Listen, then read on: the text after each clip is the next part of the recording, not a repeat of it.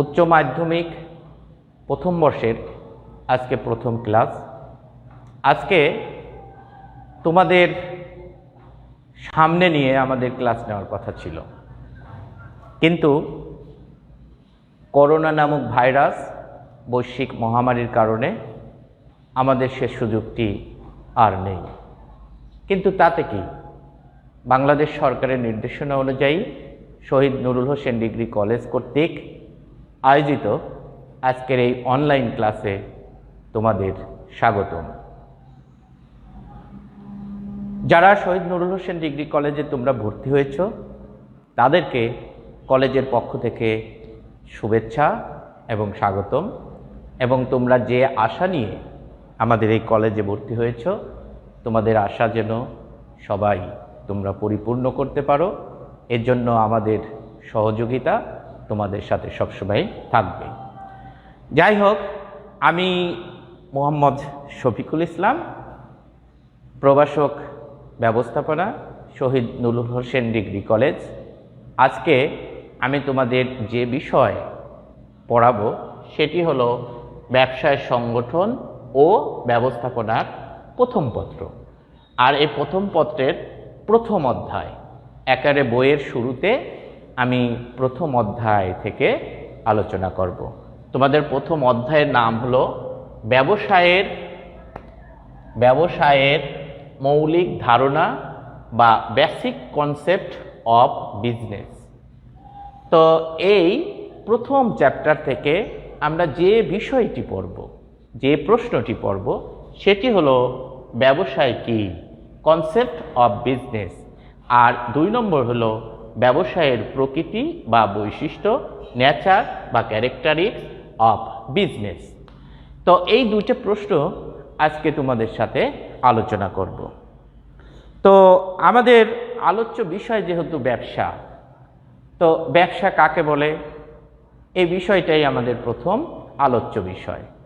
অনেকেই ব্যবসা করে, কিন্তু ব্যবসা কাকে বলে তারা কিন্তু বিষয়টা জানে না। তো আজকের ক্লাসের মধ্য দিয়ে আমরা ব্যবসা কাকে বলে সে বিষয়টার একটা স্পষ্ট ধারণা পাবো বলে আশা করি। তো ব্যবসা কাকে বলে বা ব্যবসা কি, তার আগে আমরা একটা গল্প ছোট্ট করে বলে নেই। ধরলাম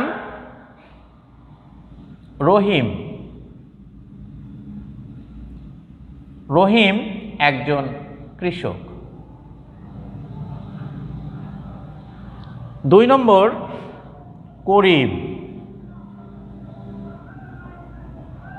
করিম একজন চালের দোকানদার।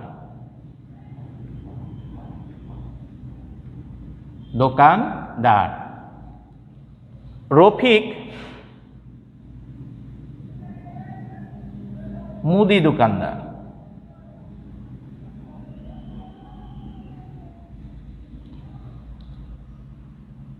সীমা চাকুরিজীবী। আমরা বোর্ডে দেখো, রহিম কৃষক, করিম চালের দোকানদার, রফিক মুদি দোকানদার, সীমা চাকুরিজীবী। 4 জনের কথা আমরা বললাম। তো এখন রহিম, করিম, রফিক, সীমা 4 জনই অর্থনৈতিক কর্মকাণ্ডের সাথে কিন্তু জড়িত। 4 জনই অর্থনৈতিক কর্মকাণ্ডের সাথে জড়িত। রহিমের কৃষিকাজ বা কৃষক কর্মকাণ্ডের সহিত জড়িত। করিম চালের দোকানদার, তিনি অর্থনৈতিক কর্মকাণ্ডের সাথে জড়িত। রফিক মুদি দোকানদার এবং সীমা চাকরিজীবী, তারা প্রত্যেকেই সবাই অর্থনৈতিক কর্মকাণ্ডের সহিত জড়িত। কিন্তু তাহলে 4 জনই কি ব্যবসা করেন? প্রশ্ন। তোমরা অবশ্যই এখন দেখো 4 জনই কি ব্যবসা করেন? আমরা এটা একটু আলোচনা করে নিই। রহিম কৃষক।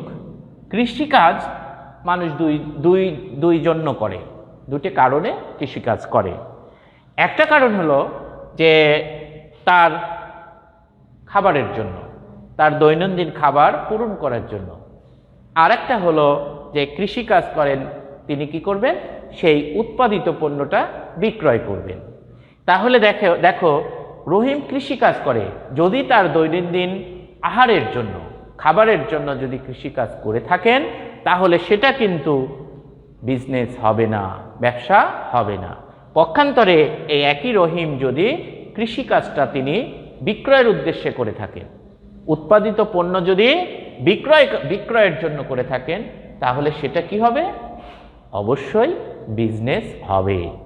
করিম চালের দোকানদার, তিনি তো চালটা দোকান দিয়েছেন বিক্রয়ের জন্যই, তাহলে অবশ্যই এটি ব্যবসা। রফিক মুদি দোকানদার, তিনিও মুদি দোকান দিয়েছেন বিক্রয়ের উদ্দেশ্যে, তাহলে এটিও একটি ব্যবসা। সীমা চাকরিজীবী, তো চাকরিজীবীর বিষয় হলো মাসের পরে সে কি করতেছে? একটা নির্দিষ্ট পরিমাণ টাকা পাচ্ছে, বেতন পাচ্ছে। তো এখানেও এটাও অর্থনৈতিক কর্মকাণ্ড, কিন্তু এই কর্মকাণ্ডের সহিত কিন্তু কোনো ঝুঁকি নাই, কোনো মুনাফা অর্জনের কোনো বিষয় নাই। এই জন্য সীমার কিন্তু এটা ব্যবসা হবে না। তাহলে দেখো, চারজন সবাই অর্থনৈতিক কর্মকাণ্ডের সহিত জড়িত, চারজনই অর্থনৈতিক কর্মকাণ্ড করছেন, তাহলে কিন্তু এই চারজনের বিষয়গুলো কিন্তু ব্যবসা হবে না। তো এই জন্য আমরা এই বিষয়গুলো আরো, এবার আমরা ব্যবসা কি সেই বিষয়টা জেনে নেই। Concept of business. আমাদের বিজনেস শব্দটি একটি ইংরেজি শব্দ। বিজনেস শব্দের অর্থ হলো কোনো কাজে ব্যস্ত থাকা, স্টেট অফ বিং বিজি। কোনো কাজে, যে কোনো কাজে ব্যস্ত থাকার নাম হলো বিজনেস। কিন্তু আমাদের ব্যবস্থাপনায়, ব্যবসায়ের কিন্তু কর্মকাণ্ড কিন্তু এত প্রসারিতভাবে সংজ্ঞা দেওয়া হয়নি। তাহলে কি? তো এখানে কিছু কিছু শর্ত জুড়ে দিয়েছে যে কোনো কাজেই জড়িত থাকলে কি ব্যবসা হবে? তা কিন্তু হবে না। অবশ্যই সেটি অর্থনৈতিক কর্মকাণ্ড হতে হবে। সেটা কি হবে? অর্থনৈতিক কর্মকাণ্ড হতে হবে।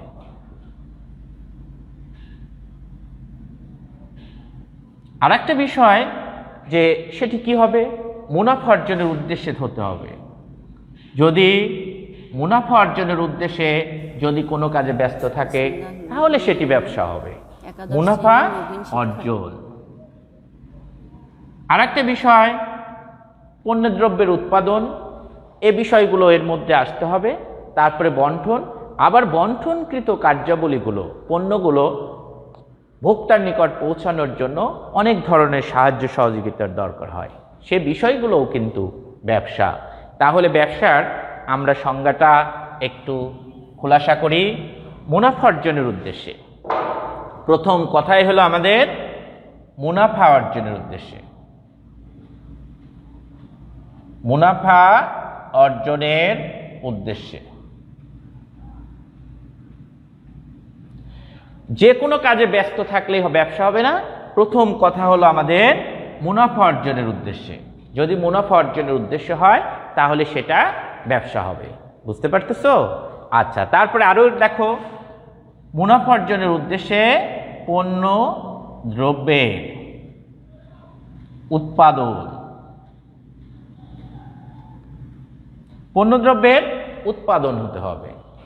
আচ্ছা, আর একটা বিষয়, বন্টন।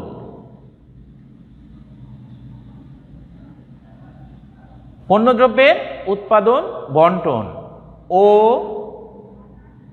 এদের সহায়ক যাবতীয় বিসমিল্লাহির রহমানির রহিম। বৈধ শিক্ষার্থী বন্ধুরা, আশা করছি অর্থনৈতিক কার্যাবলীকে বিশ্বের এই পরিবর্তিত অর্থনৈতিক আমরা তোমাদের সাথে সরাসরি ক্লাস নিতে পারছি না।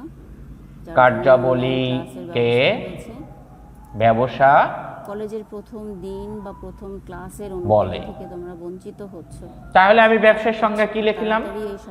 মুনাফা অর্জনের উদ্দেশ্যে পণ্যদ্রব্যের উৎপাদন, বন্টন ও এদের সহায়ক আমি যাবতীয় তোমাদের বৈধ সাথে অর্থনৈতিক কার্যাবলীকে পরিচিত ব্যবসা বলে। হওয়ার, তাহলে মুনাফা অর্জনের উদ্দেশ্য যদি হচ্ছি। না হয় তাহলে কিন্তু সেটা ব্যবসা হবে না। ক্লাস এখন মা আমরা তার শুরু ছেলেকে করব। লালন পালন তার জন্য করে, আমরা ক্লাস শুরু করছি। তো এখানে কি মুনাফা অর্জনের উদ্দেশ্য আছে? আমি আমার মুনাফা অর্জনের পরিচয় কিন্তু দিই। উদ্দেশ্য নাই, তাহলে সেটা ব্যবসা হবে না। আমরা একটু আগেই দেখলাম যে সীমা সরকারি চাকরি করে, তোমাদেরকে তারকেও কিন্তু মুনাফা অর্জনের উদ্দেশ্য এই বিষয়গুলো নাই। সে কি করতেছে? চাকরি করতেছে, বেতন পাচ্ছে। তার চাকরির বিনিময়ে, শ্রমের বিনিময়ে বেতন পাচ্ছে। পণ্যদ্রব্যের যদি উৎপাদন হয় তাহলে সেটা ব্যবসা হবে।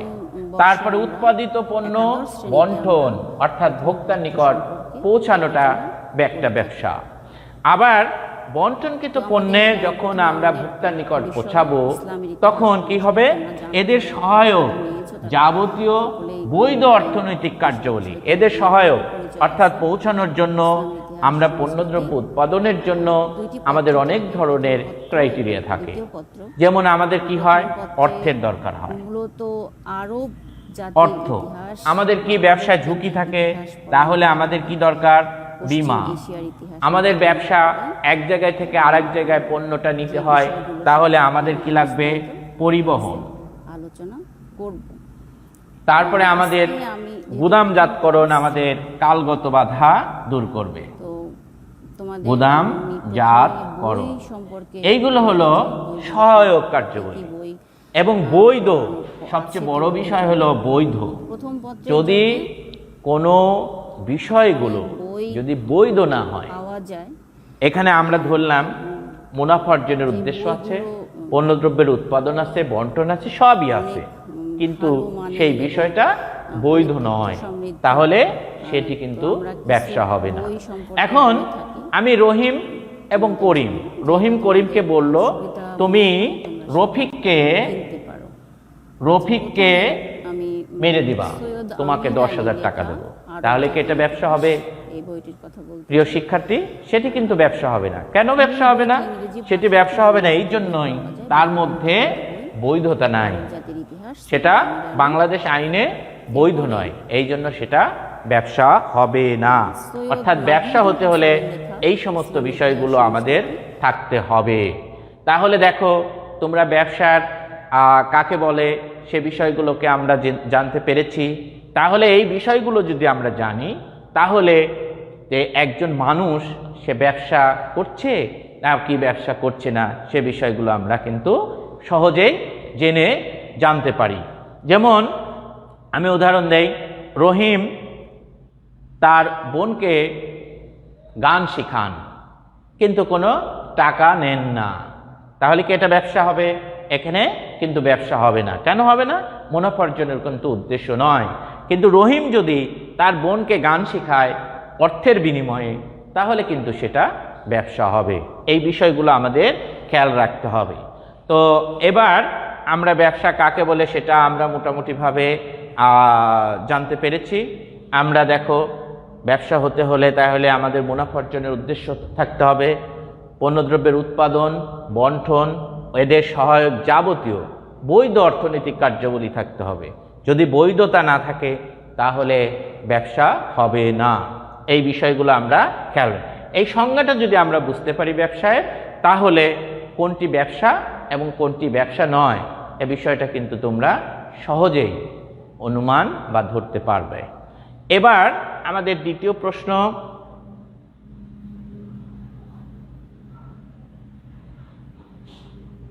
প্রশ্ন, আমাদের ব্যবসায়ের প্রকৃতি বা বৈশিষ্ট্য। ব্যবসায়ের প্রকৃতি বা বৈশিষ্ট্য আলোচনা করার জন্য আমরা কি করব? আমরা প্রকৃতি কাকে বলে বা বৈশিষ্ট্যটা কি সেটা আমরা সেই সম্পর্কে আমরা আগে জানি।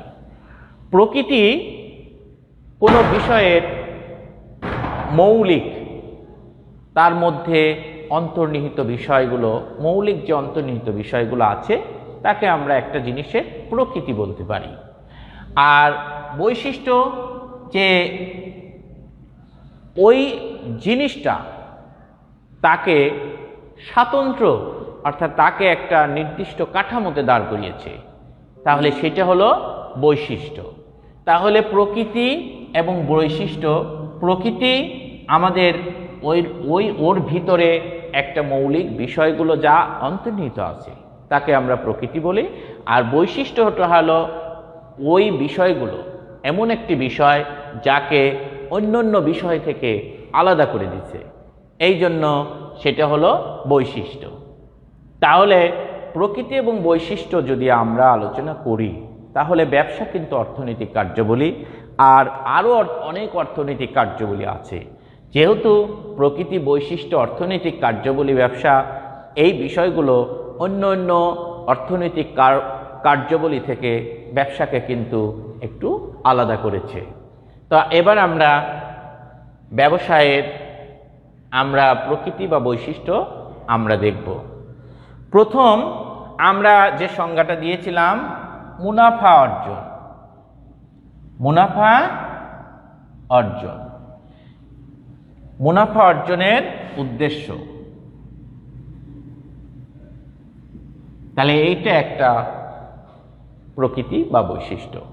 তাহলে প্রথম আমাদের হলো মুনাফা অর্জনের উদ্দেশ্য, অর্থাৎ ব্যবসার প্রথম এবং প্রধান বৈশিষ্ট্য মুনাফা অর্জনের উদ্দেশ্য থাকতে হবে।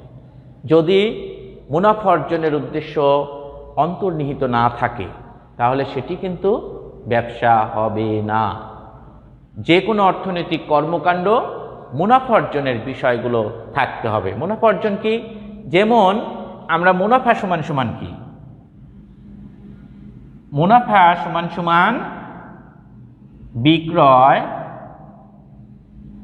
মাইনাস খরচ, অর্থাৎ বিক্রয়ের আগ পর্যন্ত যে খরচ, যেহেতু বিক্রয় থেকে আমরা খরচটা বাদ দেই তাহলে সেটাই হবে মুনাফা। তাহলে ব্যবসার প্রথম এবং প্রধান বৈশিষ্ট্য হলো মুনাফা অর্জনের উদ্দেশ্য। এখন প্রশ্ন আসতে পারে যে ব্যবসার প্রথম এবং প্রধান বৈশিষ্ট্য কোনটি? মুনাফা অর্জনের উদ্দেশ্য প্রথম এবং প্রধান বৈশিষ্ট্য। যদি কোনো অর্থনৈতিক কর্মকাণ্ড মুনাফা অর্জনের উদ্দেশ্য না থাকে তাহলে সেটি ব্যবসা হবে না। 2 নম্বর, ঝুঁকি ও অনিশ্চয়তা। ঝুঁকি এবং অনিশ্চয়তা। তো প্রথমটা হলো ঝুঁকি।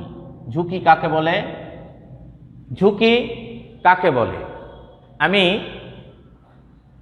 ব্যবসা করতে গেলাম, আমার কি মুনাফাই হবে আমি ধরতে পারি বা বলতে পারি? আমি কিন্তু তা বলতে পারি না।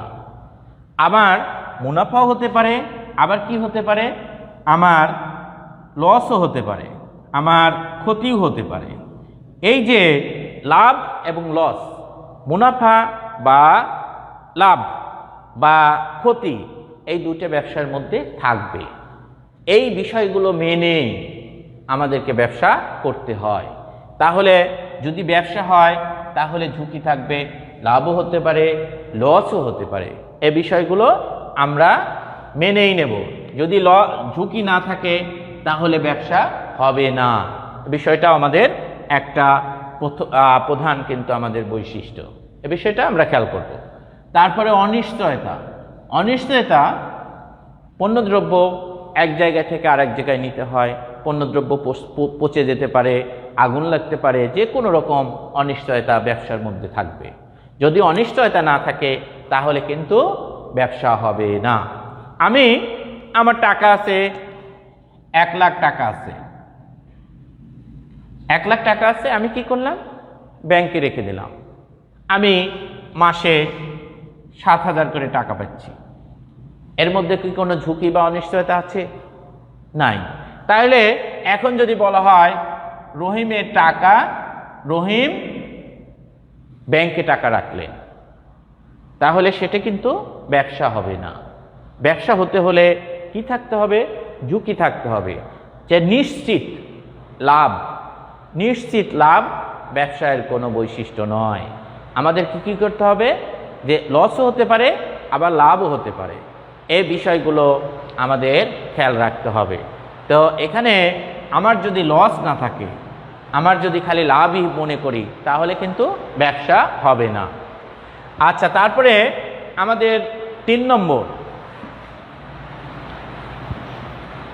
লেনদেনের পৌনঃপুনিকতা।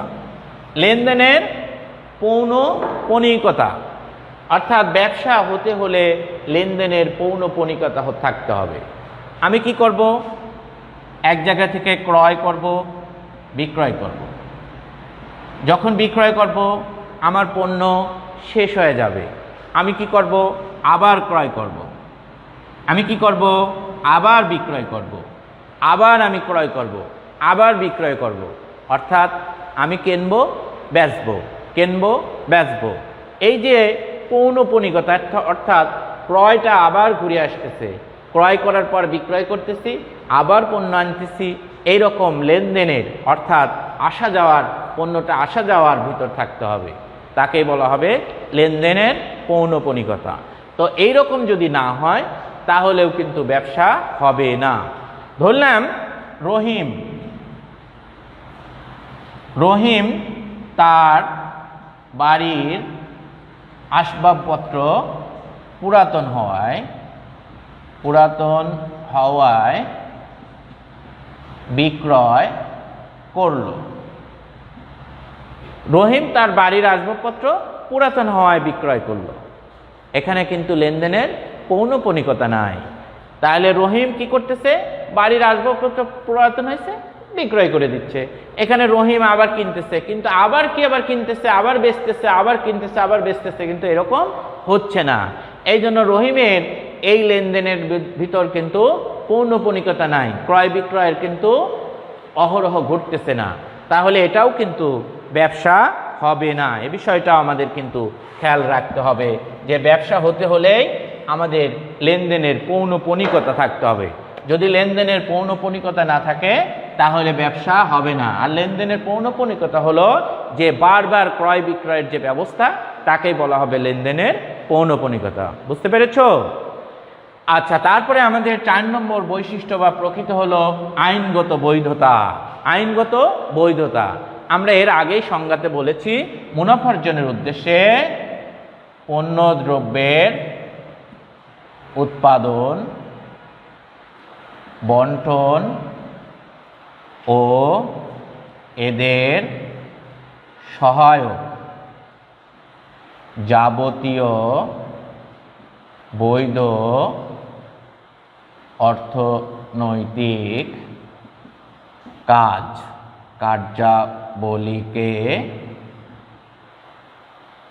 ব্যবসা বলে। তাহলে আমাদের সংজ্ঞার মধ্যেই কিন্তু এই যে বৈধতার বিষয়টি আছে। তাহলে যদি বৈধ না হয় তাহলে কিন্তু সেটাও ব্যবসা হবে না। তো আমাদের ব্যবসায়ের প্রকৃতি বা বৈশিষ্ট্যের মধ্যে একটা বিষয় হলো আইনগত বৈধতা, অর্থাৎ যে ব্যবসাটি আইনগত বৈধতা নাই, অর্থাৎ আইন যেটাকে অবৈধ বলে সেটাও কিন্তু ব্যবসা হবে না। এখন এ বলল আমি কাশীনাথপুর একটি মদের কারখানা দেব, তাহলে এই ব্যবসার কি আইনগত বৈধতা আছে? বৈধতা নাই। এ বলল যে আমি মানুষ মারার জন্য আমি অস্ত্র বানাবো, তাহলে এটাও কি আইনগত বৈধতা আছে?